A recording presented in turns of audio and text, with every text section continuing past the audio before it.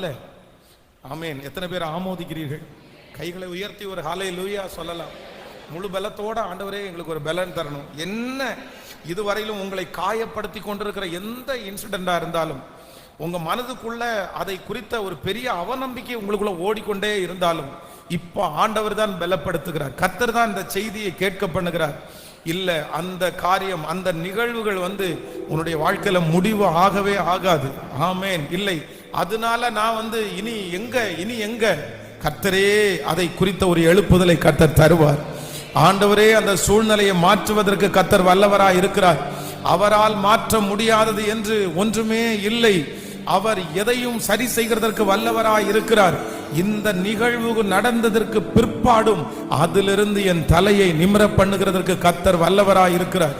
ஒரு உயர்வை எனக்காக தருவதற்கு கர்த்தர் வல்லவராய் இருக்கிறார். ஆமென்.